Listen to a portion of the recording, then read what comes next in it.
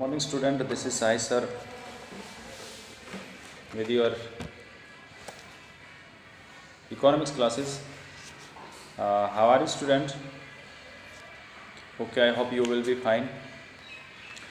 Student, last time we have finished the pre-question of income method and I hope ki you will be understand better. And today we have discussed on the next topic, and our next topic is expenditure method.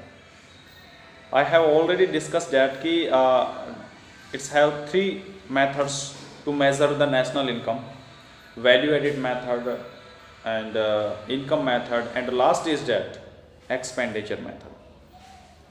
तो expenditure method क्या होता है actual में? जैसे हमने आय विधि पढ़ी, इसके बाद मूल्य वृद्धि विधि पढ़ी, तो हिंदी में इसको बोलेंगे व्यय विधि, एक्सपेंडिचर मेथड. तो व्यय विधि यानी according to this method national income is estimated in term of expenditure on the purchase of final goods and services produce in the economy during an accounting year.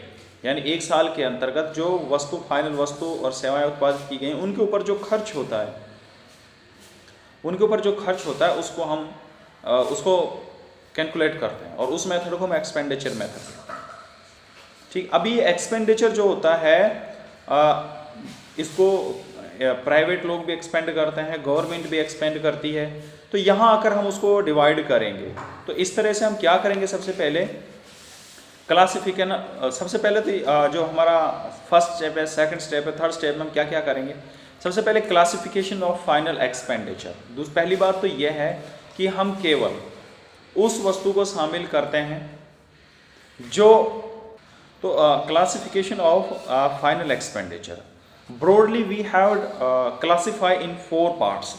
First of private final consumption, second government final consumption expenditure, third investment expenditure and fourth है net export.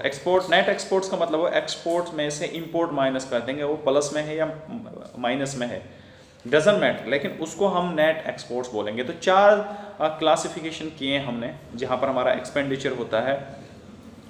पहला है private expenditure. अब इसमें शामिल क्या क्या होता है प्राइवेट एक्सपेंडिचर में, जिसको हम सी से डिनोट करते हैं. It refer to expenditure on final goods and services by the individual household and non profit private institution serving societies like कौन कौन से, जैसे कंज्यूमर सर्विस है, कंज्यूमर नॉन ड्यूरेबल गुड्स है, कंज्यूमर ड्यूरेबल गुड्स है. Non durable goods और durable goods मैं आपको पहले बता चुका हूँ, थोड़ा सा फिर ब्रीफली मैं डिस्कस कर देता हूँ. ड्यूरेबल गुड्स होती हैं जो लंबे समय तक चलती हैं, जैसे फ्रीज, कूलर, वॉशिंग मशीन. और नॉन ड्यूरेबल गुड्स होती हैं जो बहुत कम चलती हैं, 1, 2, 3 या 1 महीने तक चलती हैं. ठीक है, तो उसको हम बोलते हैं ये. दूसरा हमारा प्राइवेट जो फाइनल कंजम्पशन होता है, जो हम लोग होते हैं, प्राइवेट जो लोग होते हैं जो अपनी ज़रूरत की चीज़ें पूरा करते हैं, वो बाजार से कोई भी चीज़ खरीदते हैं, उसके ऊपर जो खर्च होती है, आय खर्च होती है, उसको हम प्राइवेट एक्सपेंडिचर बोलते हैं. That's clear. अब इसमें क्या क्या आते हैं, कंज्यूमर सर्विस आती हैं जो अपनी सर्विस के लिए करता है. दूसरा कंज्यूमर नॉन ड्यूरेबल गुड्स आती हैं, कंज्यूमर ड्यूरेबल गुड्स आती हैं. दूसरा हमारा government final consumption expenditure, government final consumer expenditure. अब गवर्नमेंट भी फाइनल एक्सपेंडिचर करती है बहुत सारी चीज़ों के ऊपर, जैसे सोशल वर्क करती है सरकार, हॉस्पिटल बनवाना, स्कूल बनवाना, तो एक्सपेंडिचर ही हो गया उसका. तो फाइनल एक्सपेंडिचर्स जो उनका होता है, expenditure on the purchase of goods of consumptions by the defence personally, सुरक्षा संबंधी के लिए जो खर्चे होते हैं हमारे, वो हमारे गवर्नमेंट एक्सपेंडिचर होते हैं. थर्ड हमारा इन्वेस्टमेंट एक्सपेंडिचर. अब यहाँ पर जो है ना हमारा इन्वेस्टमेंट होता है जो गवर्नमेंट करती है, प्राइवेट लोग करते हैं, जो इन्वेस्ट करते हैं पैसे को. तो मशीनरी खरीदना या बिल्डिंग स्थापित करना है तो एक्सपेंडिचर ही ना हो, तो उन सारी चीज़ों को हम उसी में इंक्लूड करते हैं. अब इसको जो हमारा इन्वेस्टमेंट होता है, इसको हम 2 भागों में डिवाइड करते हैं. एक तो होता है हमारा इन्वेंट्री इन्वेस्टमेंट और दूसरा होता है फिक्स्ड इन्वेस्टमेंट. फिक्स्ड इन्वेस्टमेंट क्या होता है? Fixed investment refer to expenditure by the producer on the purchase of fix assets like plant and machineries.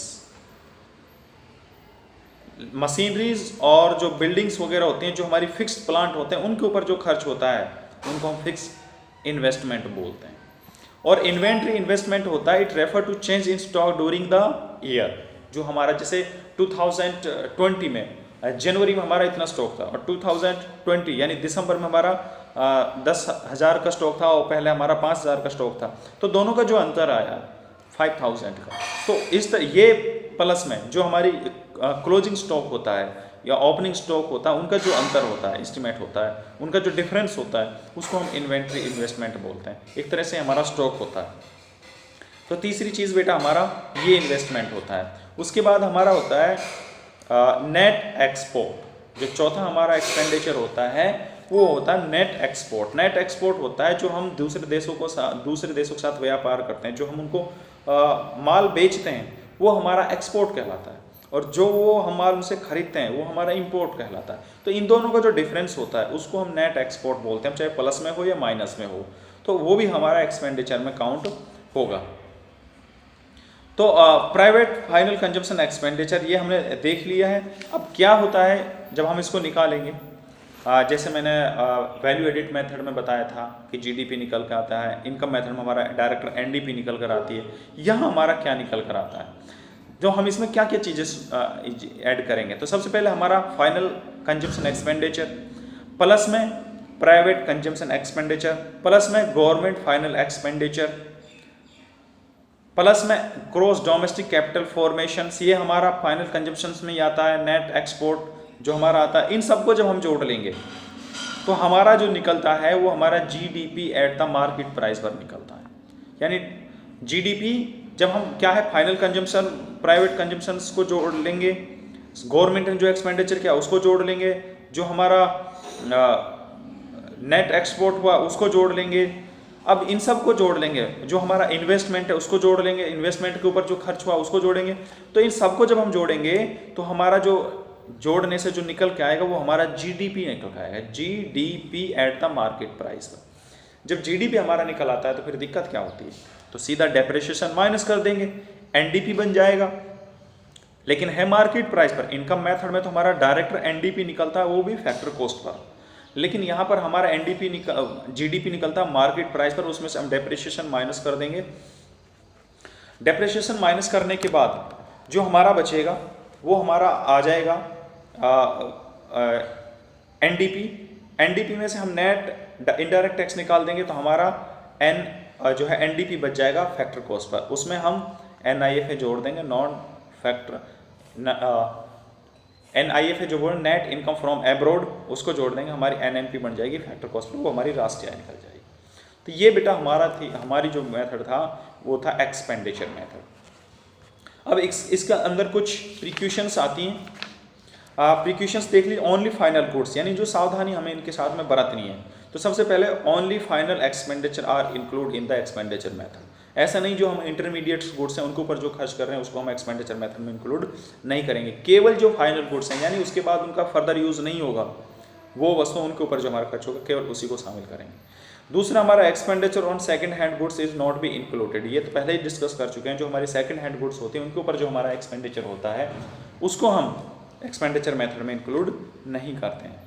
तीसरा हमारा expenditure on share and bonds is not be included in the total expenditure. Share और bonds जो होते हैं वो एक प्रतिज्ञा पत्र होते हैं, एक पेपर होता है, क्लेम होता है, उससे कोई प्रोडक्शन नहीं होता है, इसलिए उसको हम राष्ट्रीय एक्सपेंडिचर मेथड में शामिल नहीं करेंगे। Expenditure on transfer payment are not included. Expenditure on transfer payment by the government like old age pension, scholarship is not included in the expenditure method. Input value of expenditure on goods produced or self consumption should be taken in account. यानी जो हम खुद प्रयोग कर रहे हैं उसके ऊपर उसका जो एस्टिमेटेड इम्प्यूटेड वैल्यू होती है उसको हम राष्ट्रीय आय में शामिल करते हैं। इम्प्यूटेड वैल्यू को हम value added method income method में भी हम इंक्लूड कर सकते थे, किया था हमने। तो ये कुछ प्रिकॉशंस थी। तो ये तीनों मेथड आपके खत्म फिनिश हो गए हैं। उसके बाद इसका न्यूमेरिकल्स है वो आप करके देखेंगे, जो नहीं आएगा वो मेरे समझेंगे। फिर तीनों मेथड को मैं एक साथ आपको नोट्स सेंड करूँगा, उनको एक डिस्क्रिप्शन में करके उसके बाद इसके जूम क्लास में हम आकर इसका वो करेंगे, डिस्कस करेंगे। तो आज की वीडियो में इतने। Thank you for your time.